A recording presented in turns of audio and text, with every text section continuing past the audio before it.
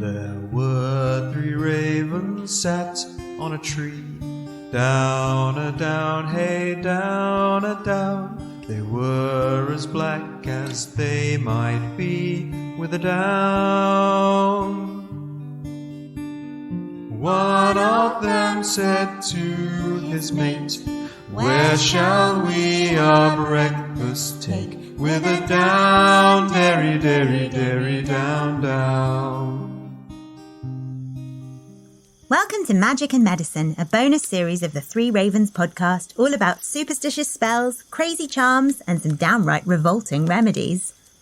In this episode, we'll be discovering the history of amulets and their role in various cultures, which amulet to choose to avoid your soul being devoured by a crocodile-headed goddess, and which unit of money could be turned into a talisman to cure scrofula. Ooh. I'm Eleanor Conlon, and I'm packing a pouch full of protective charms, while my co-host Martin Vaux rubs his lucky rabbit's foot. Hello, it's very soft.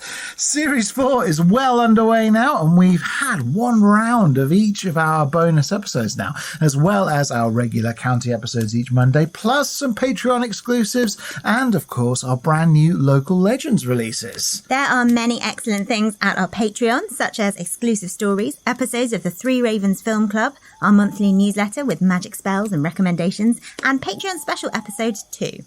All of this and more can be yours for just $3 a month or $6 a month at patreon.com/Three Ravens podcast. Possibly most importantly, ad-free listening.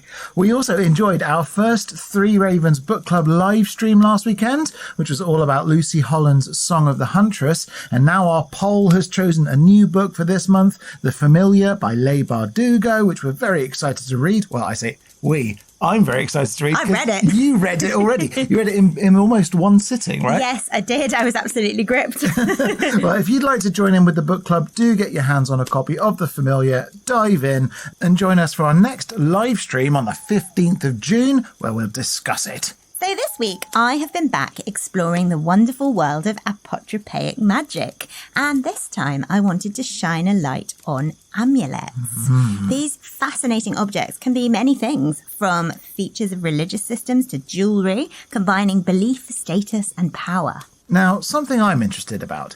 Is there a difference between amulets and talismans, or indeed any kind of good luck charm? Because I often think an amulet is something that you hang around your neck. And I was wondering, because, there I was, fondling my rabbit's foot. Well, not really. All sorts of things can be amulets. Okay. At their most basic, they're objects believed to have or contain positive or magical properties which are transferred to the owner or wearer. They can be used to bring good luck, protect the bearer against evil spirits or influences, and have even been used in medicinal magic too. Yeah, so when I picture an amulet, I tend to imagine like a gemstone or a crystal on a pendant. So I'm wondering if there's any crossover between this and your last Magic and Medicines episode about crystals. I think there absolutely is a crossover. Amulets traditionally derived magical power from aspects such as material, shape and colour, much like crystals, although decorations and inscriptions were also important. Very interesting. It is interesting. So I thought we could take a journey through the past across various traditions and look at some examples of amulets which have been used over time. Okay, so where do amulets begin? Because I'm imagining that maybe they're one of the earliest forms of magic we have. Well, the word amulet originates from the Latin word amulatum, which was used by Pliny the Elder. Pliny used amulatum to refer to items worn on the body for the purposes of protection or therapy, but amulets themselves, or charms, which word was used interchangeably, were found a lot earlier than Pliny's lifetime, which was about 23 to 79 AD. The oldest extant amulet was discovered in Siberia and dates to about 40,000 years ago. It's made of the teeth of a cave bear. That is pretty cool. And yeah, 40,000 years ago, that is very, very, very, very old. There are quite a number of examples of protective amulets made from organic materials, actually, which suggests a belief that they might have been imbued with the spirit or traits of the animal in question. And part of their power may also have come from the natural properties of the materials, as well as any decorations carved or burned into them. Okay, so in that example, the cave bear's strength or the cave bear's power or something. Cave bear's bite, who knows? Yeah, sure. Native American tribes created amulets from organic materials like feathers, teeth, and bones, and used those symbolisms as part of the amulet. Sure. So feathers might be lightness, air, flight, all of those things. Yeah. But by contrast, the Vikings created amulets from metals like bronze, iron, and gold, featuring intricate designs which were supposed to confer various positive qualities on the wearer. Yeah, and that makes sense to me when you think about magical correspondences, either from the elements or from nature, capturing the power into a word or a glyph and then engraving that onto something. Exactly. Many of the oldest amulets found come from Upper Egypt in the pre-dynastic era, what's known as the Badarian period, because the period was discovered at El Badari in Upper Egypt. And there's an abundance of evidence of use of amulets in ancient Egyptian culture. Although some of them would have been expensive and intricate and made from precious or semi-precious stones, many would have been easy to make and inexpensive, so making them available to almost everybody. So it's, again, kind of linking to modern ideas of intent in magic almost in a way. It's sort of less important what goes into the recipe as much as what you're thinking about and what you're hoping for when you make it. Absolutely. Ancient Egyptian amulets have been found in a huge variety of styles, like amulets in the shape of animals, symbols, objects, the gods, as well as textual amulets, which usually include a short spell or a charm or a prayer written on papyrus and included as part of an amulet, perhaps folded inside cloth or hung from a string or a chain. Which is something that everybody still does today. I mean, that is something that has lasted all this time across history. And thinking back to our discussion about crystals in the last Magic and Medicine episode, were amulets usually worn? Like, could they be carried? Is the idea basically that they transfer their power or energy to the person who has them on their body somehow? Yes. So they might be worn as jewellery, rings or necklaces, or placed somewhere on your body. And we see amulets used right throughout ancient Egypt, from the pre-dynastic right up to the Roman period in the 4th century AD. Very early Egyptian amulets were most commonly in the shape of animals, actually, with deity-shaped amulets becoming more widely used from 1550 BC. By the late period, so sort of 664 to 332 BC, we also start seeing specifically funerary amulets, which were used only for the dead. Or what, to go on a body? So they would have properties or uses which wouldn't benefit the living, so it would be pointless to wear one if you were still alive. Sure. Although in general, amulets worn by the living could also be used by the dead. Wow, okay. And I'm guessing we know about funerary amulets because of excavations of tombs. Yes, they've been found either placed on mummies or tucked nicely in between their bandages. Oh, well, that's very sweet. One of the most found types of funerary amulet is the heart scarab, which was in the shape of a large scarab beetle and intended to ensure a positive outcome when the dead person's heart was weighed by Anubis, the jackal-headed god who presided over the rites after death. It was believed that Anubis weighed each person's heart in a scale against Mat, which was the principle of truth and justice, often depicted in art as a feather.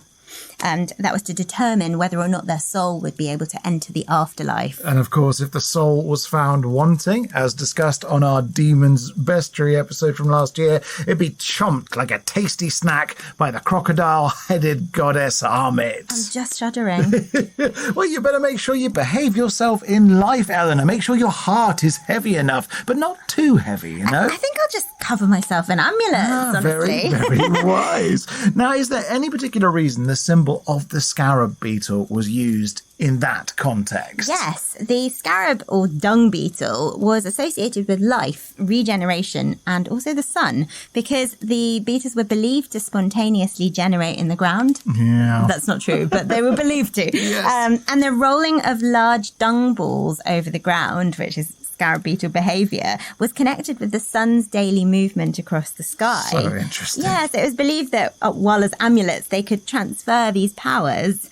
The scarab amulets often had a flat bottom, which could be carved, inscribed, or decorated in some way. I mean, so many scarab-shaped objects have been found in ancient Egypt, haven't they? Yes, and actually reading about this awakened a very nostalgic memory for me. When I was a child, I had an excellent toy from the British Museum, which was a sarcophagus-shaped box filled with lots of tiny goodies to do with the Egyptian afterlife. So there's a teeny scroll of papyrus and a beautiful bright blue scarab beetle with a flat bottom, as well as a tiny Osiris amulet. And I think you've told me that you used to use this little kit to mummify your dolls. I did, and with great attention to historical detail and accuracy, and I even drew one of them a death mask of Tutankhamun with felt tip pens.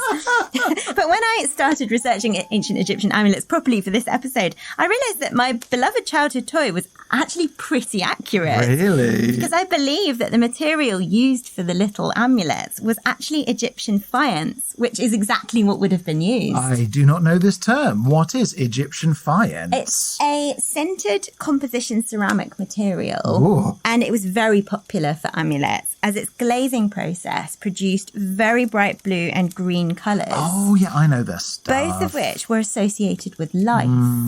It was also very inexpensive, meaning it had a widespread use across social classes. So more costly materials like gold and silver would have been used by the upper ends of society for amulets too, but faience was kind of for everybody. And you've already mentioned colour associations. I don't necessarily think of blue and green as life force colours. Well, green maybe, but I would tend to think of like a fiery colour like red. Well, red was actually associated with dangerous forces by the ancient Egyptians, so it was used as a protective colour, interestingly.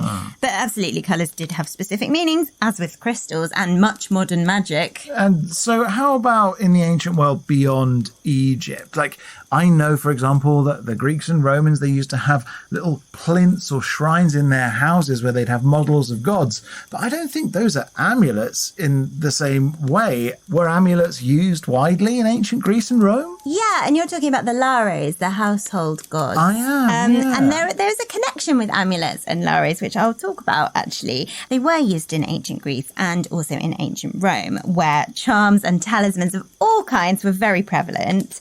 Many different sorts dating from the Roman period have been found, including precious stones with images of particular gods inscribed on them, suggesting an association between specific crystals and deities. Which is something which cropped up on the crystals episode as well. Yes, so like the image of Mars may have appeared on red jasper, for example, with Bacchus depicted on amethyst. And amethyst was the one that you need to wear if you're planning to go out for a night of heavy drinking, right? Exactly, so it makes sense to have the god of wine on your anti-drunkenness amulet. Love it. Interestingly, Roman children were nearly always given amulets of some sort to protect them throughout childhood. For boys, that kind of amulet was known as bullae. Yeah. So they're ball-shaped, round. They would be worn around the neck like a locket and usually consisted of a round pouch or a box containing symbols of good luck and protection, often phallic in shape. I was waiting for that to drop. Yeah, I mean, they were quite penile. Well, so the amulet itself would be round, but inside it might contain various little charms which may have been phallic in shape. I never found one. So for upper class boys, those might have been made of gold, while for the less wealthy, they're more likely to be leather or cloth, so a little bag. And these would be worn until a boy's official coming of age as a Roman citizen. At that point, they would be put onto the shrine of the Lares in the house as a kind of sacrifice, and then the boy would don his toga virilis, or toga of manhood. And I believe that didn't happen until quite late on, relatively speaking, in life. Like, I think most men were still classed as children until they turned about 30 years old. So manhood lasted for a relatively short period of time, considering life expectancies weren't that great. You've got to earn that toga virilis. Yeah, that's true. But I feel I really missed out on an important rite of passage in my youth. I mean, I would have liked to have ceremonially donned my toga of manhood. Were these special amulets only for boys, though? Like, didn't Roman girls get to wear something, if not bullae? They got to wear something. They were given a different type of amulet called lunulae. as you can probably guess from the name, these were in the shape of a crescent moon and were intended for protection of a female child. Crescent moon? Yeah, they're really beautiful. They would also be put aside on the eve of a girl's marriage, where she would make the transition to wearing adult women's clothes and give her lunulae to the household gods.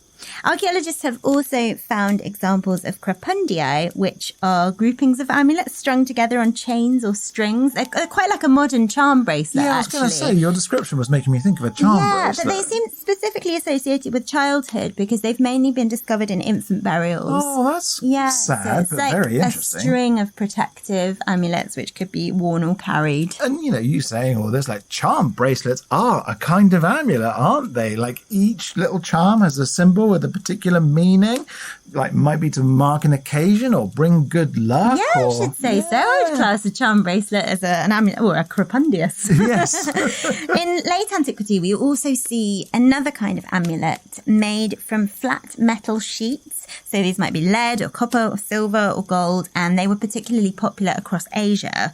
So the fine metal of the sheet could be scored or inscribed or pierced with a needle even, and covered in text and symbols, and then rolled up tightly and perhaps placed in containers with loops so they could be worn or carried more easily. And we've spoken about this kind of thing in relation especially to Bath, but you do find them in other Roman towns from across the UK. They are obviously elsewhere in the world as well. But Bath, famously, people would write curses against people that they'd had disagreements with, roll them up and then offer them as sacrifices, hoping the goddess would deal out punishment on their foes. Yeah, it seems to have been a common way of creating charms, either for protection or indeed curse magic, as you say. And examples have been found of these in various dialects of Aramaic, Hebrew and Greek, as well as in Latin too.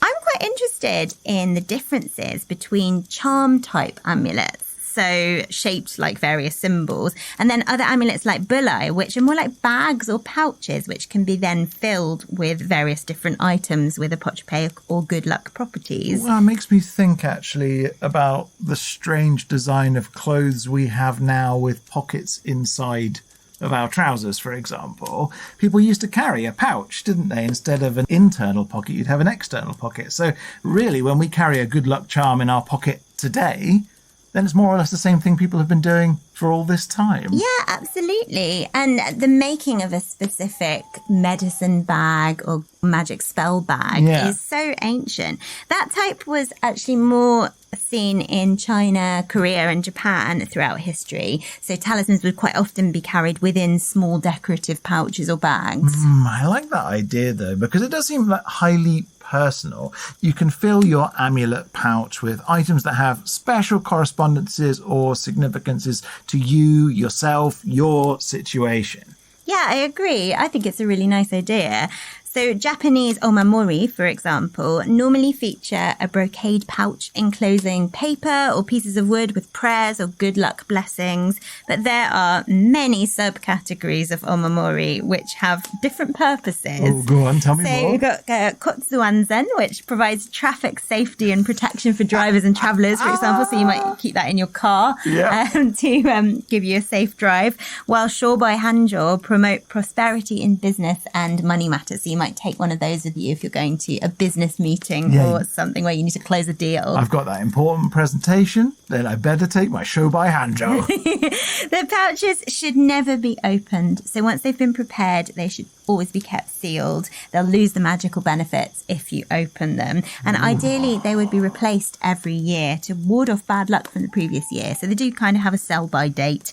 But you shouldn't simply throw them away. You have to return them to the shrine or the temple of origins where they were created so they can be properly disposed of. And usually that would be burned as a sign of respect to the deity or the spirit whose protection was invoked when making the pouch. Yeah, I mean, that idea of burning things we again have spoken about in various aspects of Japanese culture across the various episodes of Three Ravens, but in particular in relation to the burning of old dolls, which we talked about in our Poppets episode. Yeah, I think it's a similar idea, and within Buddhism and Shinto as well. And it's interesting because amulets might seem like something that maybe sits outside of organized religion, but I don't think that's necessarily the case. Like, they seem to have had a place that's pretty central in most religious beliefs. Totally, and we'll be talking about the use of amulets within Abrahamic religions, along with some interesting examples of amulets, talismans and charms throughout history, right after this.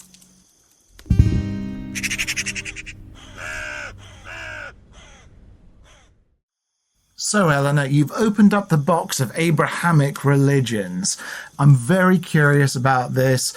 How do amulets fit into the Christian story? Because I think, for example, that the crucifix must be seen as a kind of amulet. But at the same time, it feels like amulets are something which the Catholic Church will have definitely cancelled at some point. Yeah, I think we can definitely argue with confidence that the crucifix, an associated sign of the cross, worn for centuries by practicing Christians across all denominations, is a form of amulet. Yes. And in antiquity, and certainly in the Middle Ages, many Christians, Jews and Muslims would have believed in the power of amulets for healing, protection and to assist with prayer. Yeah, and I'm thinking crucifixes have got to be one of the most ubiquitous, common forms of amulet you're going to encounter today, along with something like a saint's medal. Yeah, exactly. There are innumerable examples of paraphernalia which are kind of amulet-like in their significance. Holy medals, pilgrims' tokens, prayer beads, prayer cloths, even holy waters and oils could be considered. Count as amulets? All of these things could be classed as amulets because they derive religious significance from the blessing of the church as well as from their own symbolism. Yeah, medals with images of saints and angels, they've been incredibly popular across history, haven't they? Yes, I mean, I encountered a St. Christopher medal just the other day, and that's apparently one of the most popular saints medals. He's a patron saint of travellers, so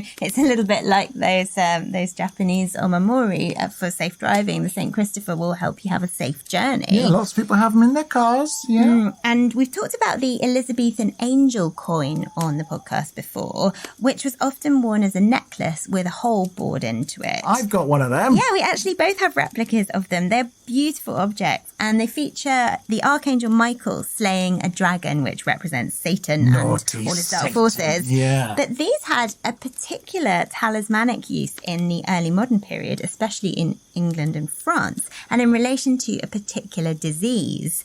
Mycobacterial cervical lymphadenitis, which is a bit of a mouthful, which is probably why it was known as scrofula throughout history. And it's also referred to as the king's evil. It was supposedly possible to cure if you were touched by the hand of the sovereign. Yes, now this is an idea connected a bit to the divine right of kings, isn't it? The idea that the reigning monarch has the power of a healing touch because they are closest to God. I mean, it's all a little bit bizarre. Yes, it's almost saint-like. If the monarch lays hands on you when you're afflicted, then you will become healed.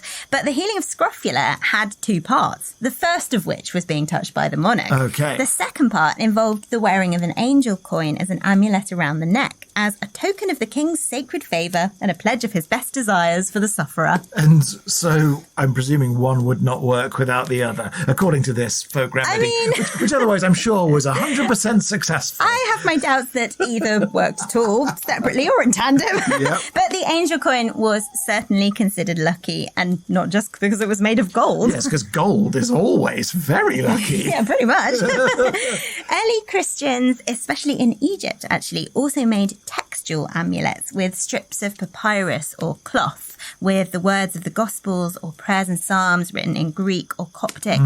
There are surviving examples discovered in Egypt dating from 300 to 700 AD. So very early Christianity. Yeah. And other symbols have survived from the Middle Ages too, like the Sacred Heart of Jesus, for example, which is often worn as a protective amulet. Yeah, spoke about that a little bit in our Valentine's Day episode, We actually. did. Yeah. And Spanish soldiers from the 19th century onwards were known to actually wear an image of the Sacred Heart on their uniforms with the legend "Stop Bullet" underneath it, which I think is fascinating. That is fascinating. I mean, we get all kinds of examples examples of protective magic performed by soldiers before going into battle, don't we? From like magically woven banners to special body paint which connects them to the gods. Well, if anybody needs protection, That it's is not just going into battle. Very, very true. Now, you just said a moment ago that amulets were also used in the Jewish tradition, but doesn't Judaism prescribe the use of graven images and idols? Like, isn't that fundamental? And in which case, how does this all work? Well, simply, Jewish amulets historically focused on text and names Right. rather than any specific association with colour, material or shape. So that's very similar to But Islam, yeah. They Okay. were contentious, especially in the Middle Ages. The rabbi and philosopher Moses ben Maimon, known as Maimonides, who lived in the 12th century, was dead against the use of amulets and accused amulet writers, so they're even called amulet writers. Oh, it was like a profession. Where I think it was just rabbis, but, Okay, but sure. rabbis who wrote amulets. Yeah. So they are described as being constructed in that specific way. He accused them of indulging in folly. Folly? Folly. Oh, Yeah. folly. But other rabbis did approve their use and created them, so it seems quite varied. I think it would be almost impossible to stop people making little doodabs that they think are magic to carry around. Absolutely. You can point to people and go, "It's folly, sir, it's folly." It's not going to stop you, is it? It's not going to stop you. No, but text seems to have been a focus, particularly using the names of God or protective angels. Yes, and that of course makes me think of the Jewish legend of the golem, which also includes a kind of textual amulet, doesn't Yes, it? it does. So for those not familiar, the golem legend is a piece of Jewish folklore about creating a being from clay or mud and animating it using a scroll placed either inside its head or its heart, on which is written the Shem, which is one of the names of God. Yes. The narratives differ, but they often involve the real 16th century figure of Rabbi Judah Loew ben Bezalel of Prague, who was said to have created the golem to defend Prague's Jews. It's very, very interesting, all the kind of golem mythology. Yeah, I've done a few like social media posts about it, but one of the things about a lot of those stories is at a certain point, this artificial being that's created through this amulet turns on its master and becomes a kind of menace to society and a danger. Absolutely fascinating. So anyway, an object very like a textual amulet was believed to be able to bring inanimate matter to life. That's the core of that one. Yeah, which I think speaks to the power which was ascribed to these objects. Yeah. Now, I thought for the next part of the episode, I might talk about some different examples of amulets across history and across the world. Okay, and in your reading, have you identified a clear favourite, or at least one you'd be happy to carry around yourself? Well, I must say, I do rather fancy a lunula, Yeah. a moon-shaped pendant. Well, you have some moon-shaped necklaces already, don't you?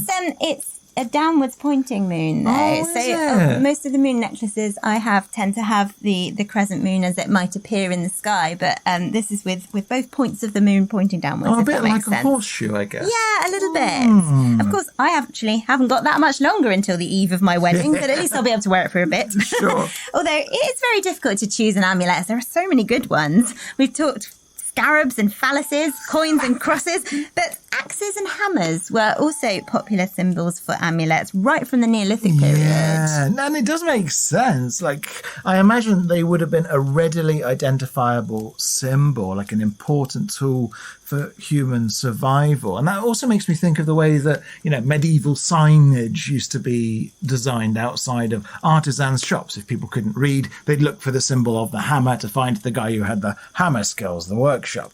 What's the significance of things like hammers in amulet form then? Well, a jade axe-shaped amulet was discovered in China and, according to scholars, was a symbol of the connection between the living and the dead. Whoa. So while it would have been worn by Neolithic men as a symbol of power and status, the axe amulet was also buried with the dead to help with a smooth passage to the afterlife. Wow, I wonder what the significance of that was. Like, to cut a path, maybe? I don't know. Or deal with anyone and anything who was attempting to block your way I will to a bash happy my afterlife. way into the afterlife.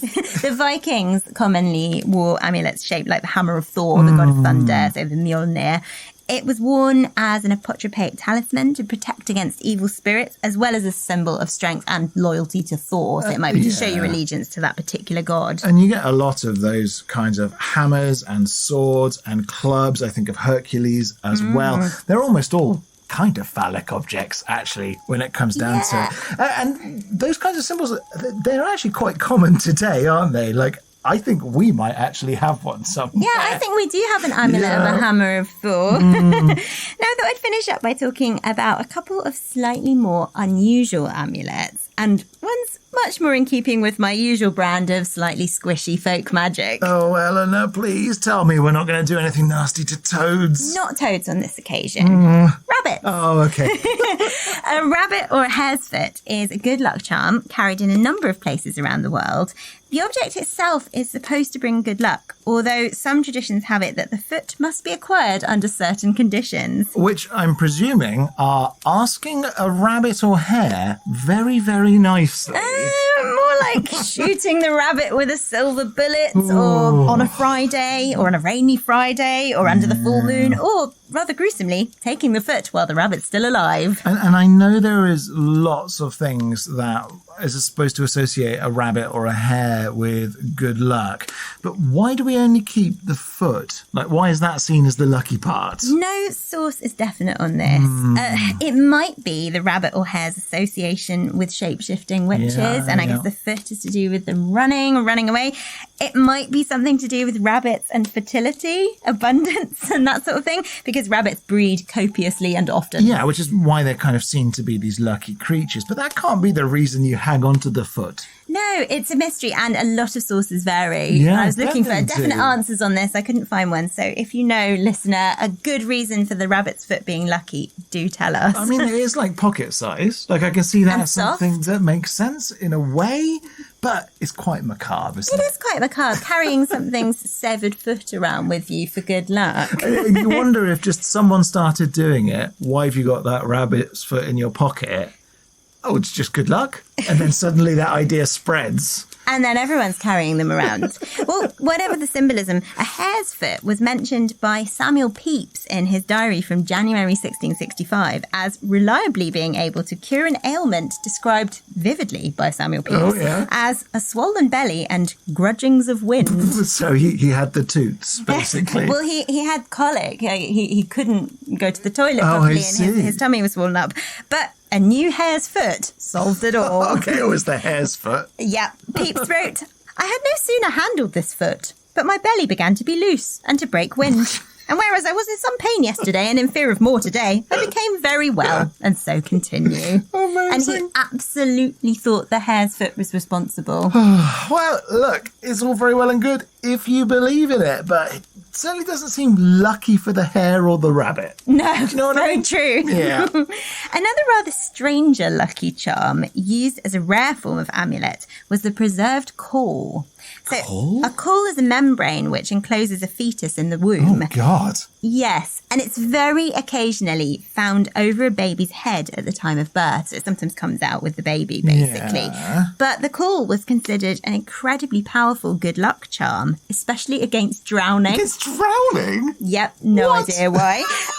They were actually, if a baby was born with one of these membranes, they could be sold on by midwives. So they might keep the caul and sell it on, because they were very popular amongst sailors who believed that no ship containing a caul would sink at sea. I'm wondering if that has anything to do with the idea of like a baby being in blood for so or much in of its amniotic gestation. fluid. Yeah, floating around and not drowning. And not drowning because they've got this caul over their head. That's what I assumed. But it was meant to be absolutely effective. They were sometimes worn in lockets around the neck, even. What? There's an example at the Foundling Museum in London of a preserved caul in a locket. That sounds quite gruesome to me. But is that unusual? Like, is it a strange thing? Because I can't imagine there's actually that many babies born with cauls. No, it's really rare, which I think demonstrates how prized these objects were. Well, there's a record of a sailor paying £20 for a caul in the 18th century. Okay. So that was not a small amount of money. No, So they really wanted to acquire one of those for the ship. Yeah, that is several £1,000s in money today, or several $1,000s. God, I've got to say though, not sure I fancy it. Right? Like, I'm quite a good swimmer. I don't think I need that much protection from drowning. You don't want a fetal membrane and a locket round your neck? No, I don't. I'll be honest, not at all. Which type of amulet from our episode do you think you would pick for personal protection, Martin? Well, I have confessions to make here because I carry all sorts of nonsense around with me in all of my different pockets on my key ring. I've got lucky rings.